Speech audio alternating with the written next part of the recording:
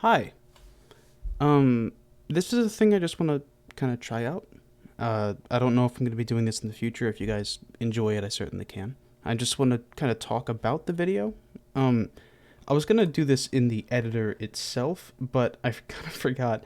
I had so much recording footage that the moment I finished this video, I deleted all of it. It was like 250 gigabytes worth of recording footage.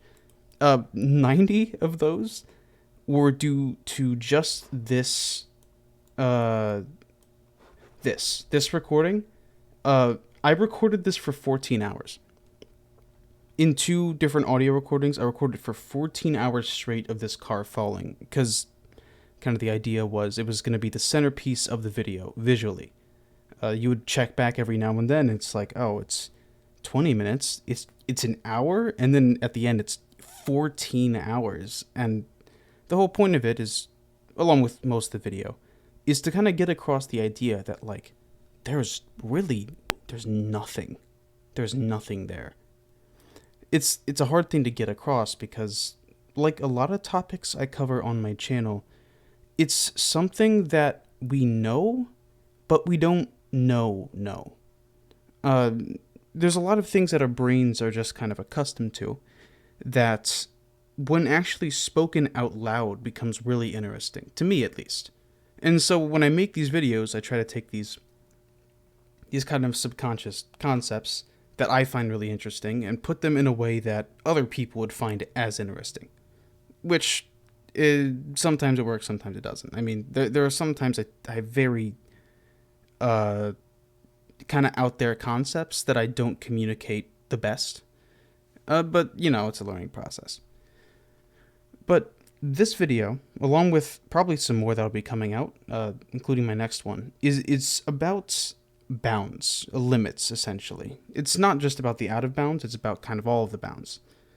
Because it's kind of been stuck in my head recently how that affects everything around us. In this case, it is, you know, we're kind of making a new world inside of our worlds, which is insane, and we're kind of used to it, so we don't think about it that much. And uh, because of that, and because we're not gods, we can't make a complete world. And as a result, there is just an infinite nothing accompanying every single creation that we make, which is, it's kind of nuts. I believe it or not, I made 22 minutes worth of a video about it. Uh, but I found this topic particularly interesting because it's something that like I've always kind of been exposed to. But even as a kid, as I say in the video, it was kind of disturbing to me. Like, not even with this. When I was like playing Just Cause 2, if you guys have ever played that, and I start like flying out into the ocean that's surrounding the island, and the further I go, even though nothing's happening, the further I go, I just get like scared. I get really scared because I'm like, I don't what the fuck is out there? What am I doing? And so I always turned around before something happened. I don't even know if something does happen. And that's a feeling that I felt every now and then when it came to other things too. Manifold Garden, the game I talk about in this video, gave me that feeling multiple times, where it's just like you're being overpowered by this feeling of I shouldn't be here. And I don't really get that at any other time, you know, in real life. So I wanted to kind of explore that. And uh, as I talk about in the video, there's a whole lot of things where it's just like it's absolute. I think the best way to describe the reason it's kind of unnerving is that it's absolute, and we live in a world that is almost never absolute, down to the very minuscule of things. Uh, I, Similar to that, there was a theme I didn't really include in the video. There's hints of it, but I was writing about it before I eventually decided to just not talk about it. It's kind of the concept of divinity. Because, like, humans and what we perceive as God are creators.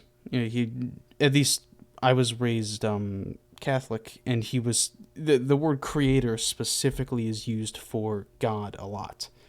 Uh, but what God really is it is just a sentient being that is absolute. It is kind of the way that I view it.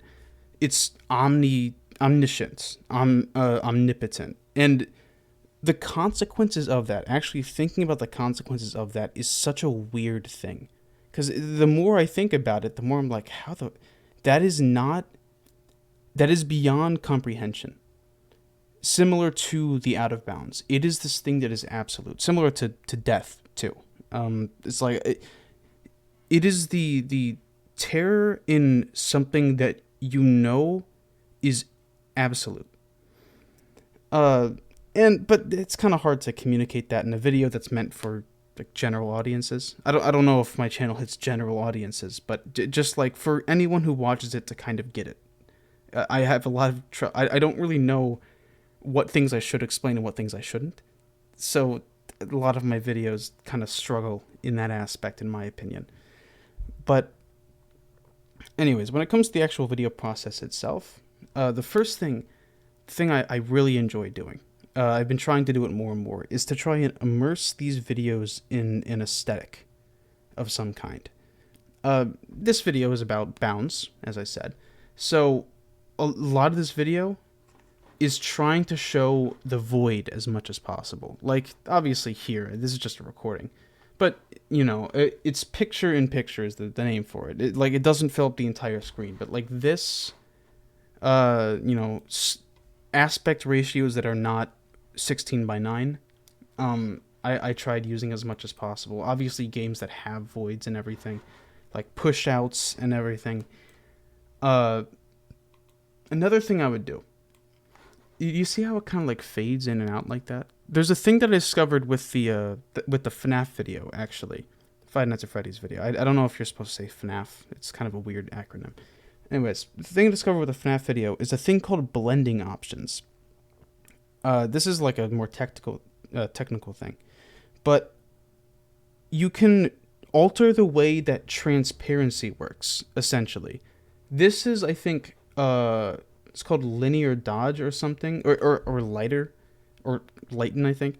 Basically, it takes the lighter pixel between these two images and puts it on screen. So you can kind of blend it in a way there that you can see the details of the car still, and even the clouds like going over top of the video itself, while still having that be present. And I do that a lot in both my last video and this video.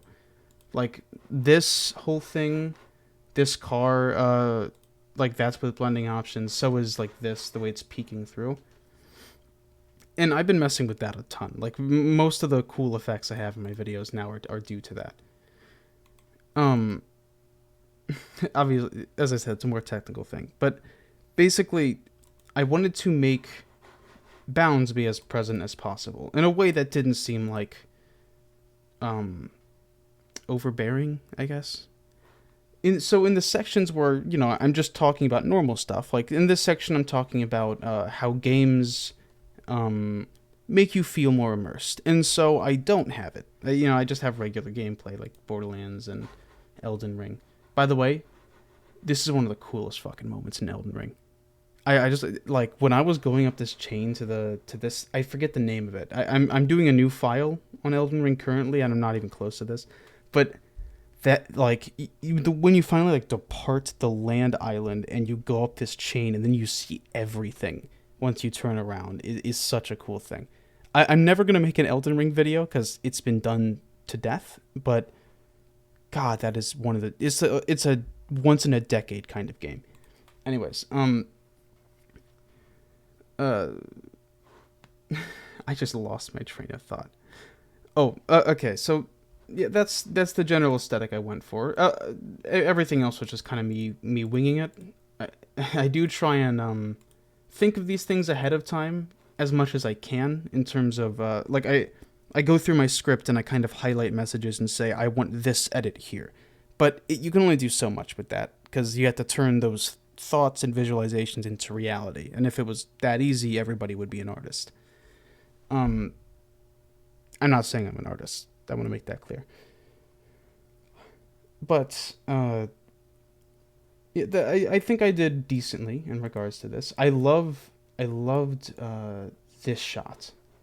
Walking towards the escape pod. I used it 3 times in the video.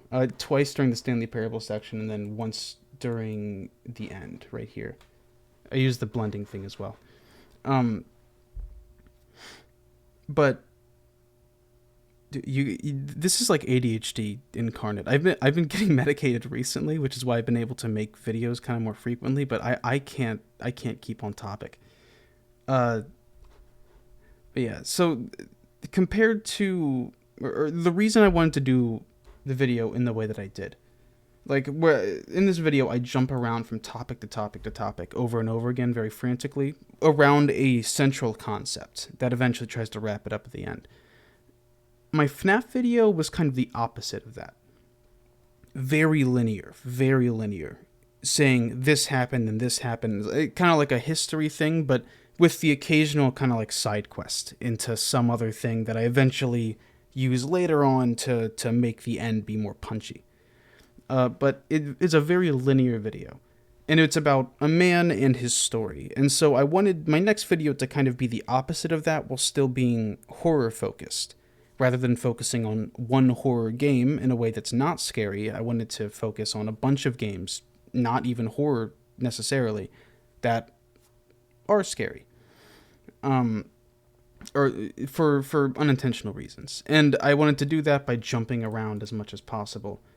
To kind of give people a real, I don't know, a more fun experience, I guess. To put it like to a name, this is kind of the style of people like I guess Nakey Jakey technically, but especially like Jacob Geller. Jacob Geller he's probably the closest thing I have to like an artistic like idol, because that man, I know this is about my video. That man makes a masterpiece every video. It is insane to me. I don't know how he does it. I try my best not to like copy him, but like I just like I get so happy every time I see one of his videos, or incredibly jealous, because there's been a couple of times where I have the same concept for a video, then he releases one about that same thing, and it just blows me out of the water. It's a horrible feeling. But I mean, you can't blame the man. It's Jacob Geller. But yeah, so I wanted to have kind of the opposite style, which kind of aligned with those kinds of YouTubers. And especially because it's a style that I'm not great at. I keep trying to experiment on YouTube. I don't think I'm ever going to stop, really. Where I really want to be able to do anything, and then have my fans be able to watch anything because they know that it'll be good. That's essentially my goal. And if you're watching this video, it means you're a patron. I appreciate that, and I probably means that you do have faith in me in that regard. So, thanks. So, yeah, the themes of bounds and everything. There's kind of sub themes that I have. This latter half of the video, the whole Stanley Parable section, it's chapter 3. I actually don't know where that marker is. Oh, vacant rooms. This is a kind of a cute way of putting it. This entire section is talking about places that aren't the out of bounds that embody the same feeling, and places that are the out of bounds and don't. Because it kind of gets to the heart of the issue. It's not the fact that it's an empty void, necessarily. It's the fact that it's something humans didn't intend. It's this kind of byproduct of our limitations. And so when there's parts of a game that are unintentional in other ways, like this whole section with the narrator being just cut off entirely, just gone, it feels similar, because it's just like you are just suddenly experiencing nothing. It's like when your game crashes while you're playing a horror game. I took that example from one of Pyrocynical's old videos, but like you just suddenly get hit with this blank nothing when your brain is so immersed in what's currently happening. It's like, it's really difficult to describe. I spent 22 minutes describing it, believe it or not. But the best way to describe it, in my opinion, is humanity. I'm using like humanity versus inhumanity as a central concept for this because that's, in my opinion, what it truly is. Like these games are human, and then we just have this inhuman mass around us. Um, that links back to like the absolutism, or not ism, but absolute things. Yeah, the earlier sections are kind of talking. This earlier section is just kind of familiarize people with, like how games deal with the out of bounds. I think having a more normal section earlier on is kind of necessary, even if it's not directly related to the themes of the video, in order to get someone kind of into the topic and like, yeah, okay, now let's get to the crazy stuff. Not the crazy stuff, but like the really abstract stuff, because abstract stuff isn't always fun. I recognize that. So I wanted to include that section to have some sort of normalcy in the video. Oh yeah, by the way, I randomly clicked to this edit.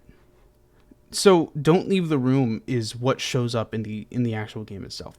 I wanted to, earlier on in the script, like while writing the script, I wanted to make this game more important, but I couldn't do it in a way that felt right.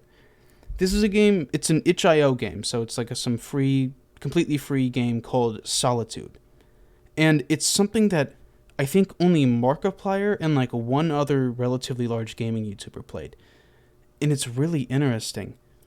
Because it's just you in this room. I show it earlier as well. Yeah. It's just you in this room. There's some text that talks about like being really depressed and this girl, you're playing as a girl that like met up with a guy last night, and even though I think it went well, it's meant to be like interpreted, but her own insecurities like molded into this message where it's like, I hate you, you're disgusting, I never want to see you again. And then you see a note on your bed, it's like, don't leave the room.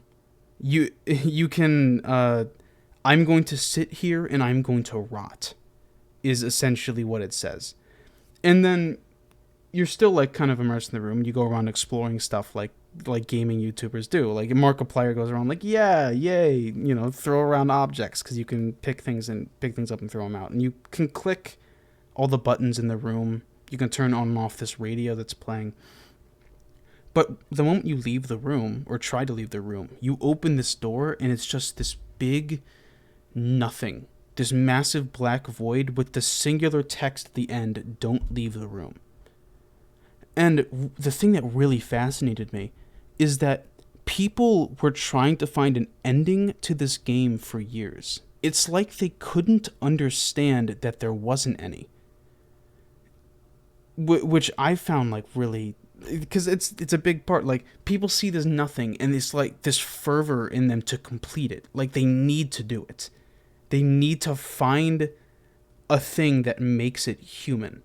When the entire point is that the outside to this girl is just, it's alien now. It's nothing, and it is the embodiment of anxiety and everything else for her. It's a game that uses the void in the exact way that I kind of talk about in the video. But again, for some reason, I could not get a good way to kind of show it off. I'm not fully sure if I've talked about everything I wanted to talk about.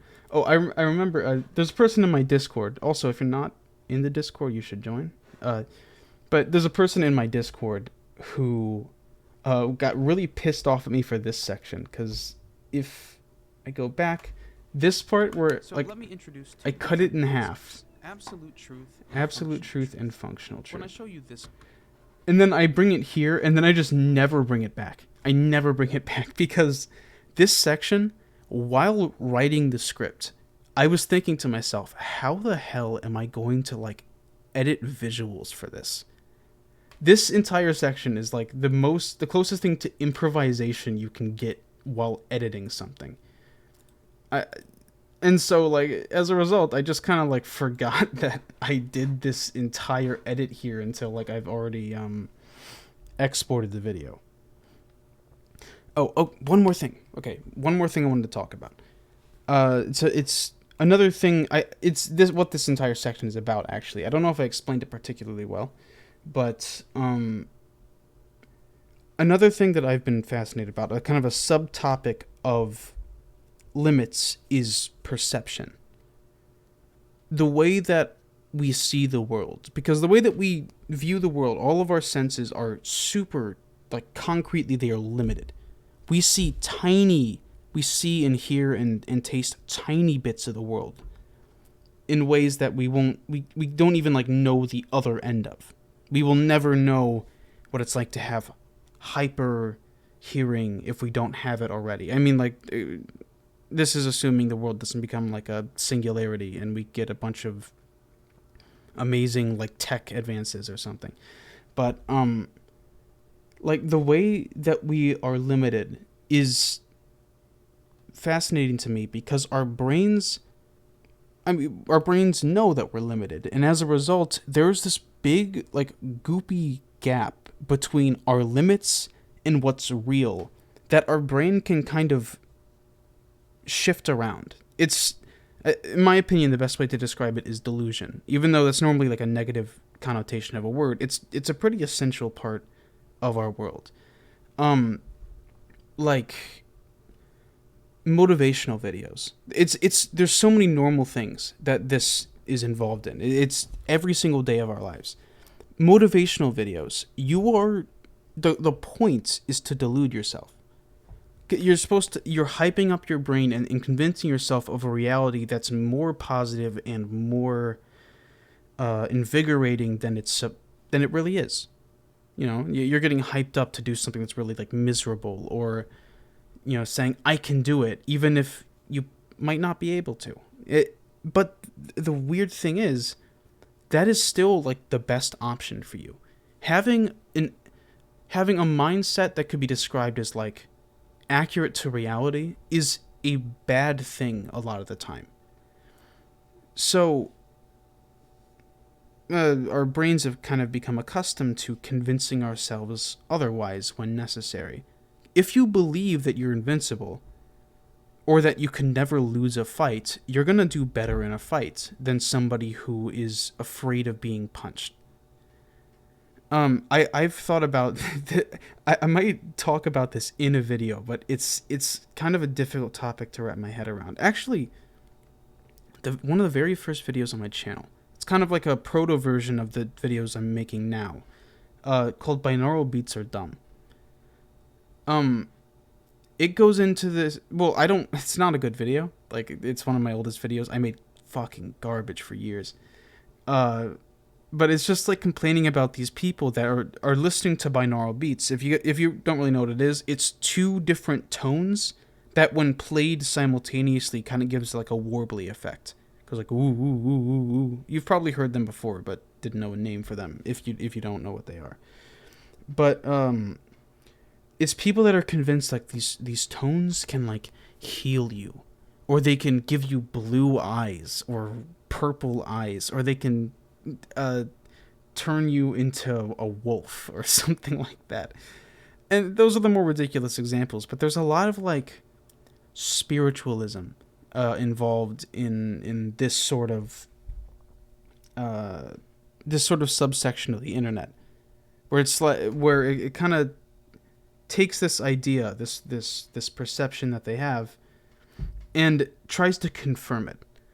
And the thing is, it gets kind of reinforced because for some of them, like if one of these people that believes with all of their heart that the binaural beats will improve their mood, and they listen to one that has like positive affirmations or something like that, or it'll make you feel better, and they listen to it and they truly believe it will make them feel better.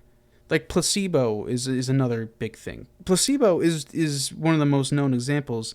And the reason it's especially interesting is that it shows that we have literal physical reactions to this. It's not just mental. Similar to anxiety. Anxiety is kind of another form of delusion where you're getting deluded in a negative way, and it results in actual body reactions to things. It's almost concrete in a way that a lot of people don't really accept. Ouija boards, even those exorcism videos. If you've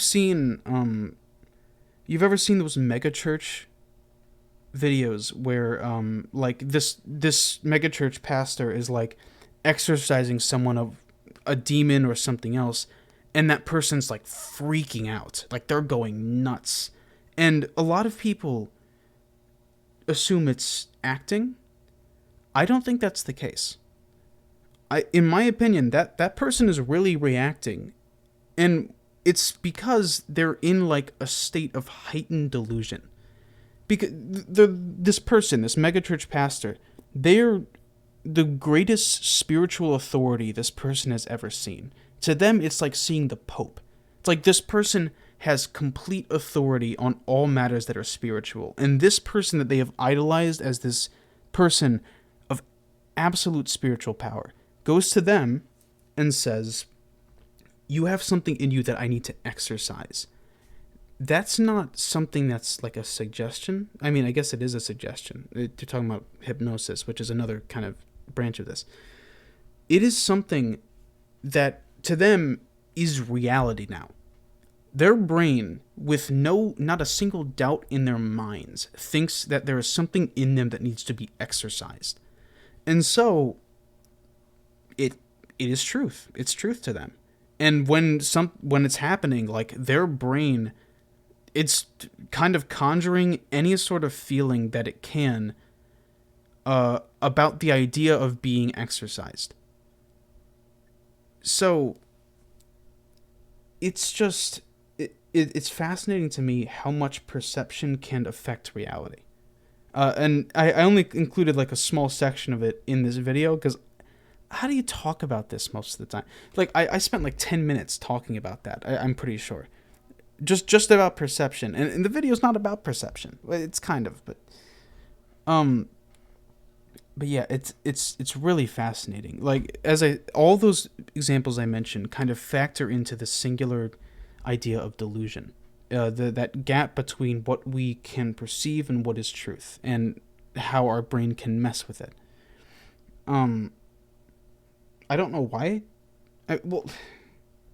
It's almost stupid to ask, like, why can our brains do it? Because it is like a lot of things I'm talking about in this video. It's kind of like a natural consequence.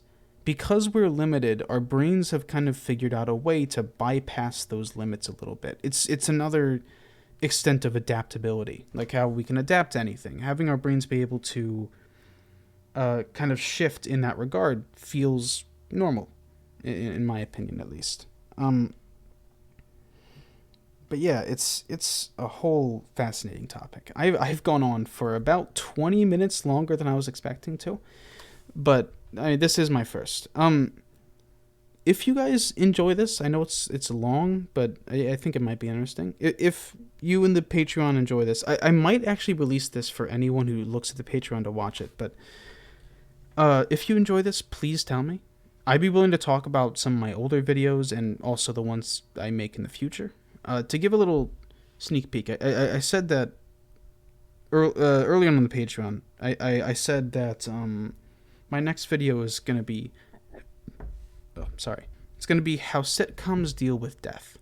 And it's in a similar kind of area as this video, in the sense that it's not about when people die in sitcoms or anything. It's about when the show itself dies. Sounds kind of weird, but this, like, oh my god, I've lost all my train of thought again. So it's essentially like shows have a lot of similar things to humans, especially sitcoms, in how it kind of exists as a thing. And a lot of times they get like diagnosed. They say you're by the company no longer wants to fund them. It says you are going to die in a month or in a year at the end of this season, and the show has to then decide how it wants to die. And for shows that have a plot, like a specific plot, like Breaking Bad, even if it's not fully formed, they've had a starting point and they get to the end. And so even if it's cut off early, you can kind of figure something out. BoJack Horseman had to cut it off early as well, and they still had a fantastic ending. But sitcoms are designed to not end. They just they have this starting scenario, and it just kind of starts over and over again. It is something that doesn't have an ending by design. And so when that kind of show is told to come up with an ending, the way it reacts is really interesting to me. And that's what the next video is going to be about. I don't want to talk about it too much here. It's going to be a shorter video because I cannot edit another 20 to 30 minute long video. I'm going to go insane. I hate editing. Even if the result is fun, I hate editing. But yeah, I hope that you enjoy that. I think if you enjoyed this video, you'll enjoy that. And I need to leave because it's already 30 minutes. Jesus Christ. I'll see you next time. If anyone wants to discuss this stuff further, by the way, you can message me on Patreon or even on the Discord. I love talking about shit like this. Anyways, see ya.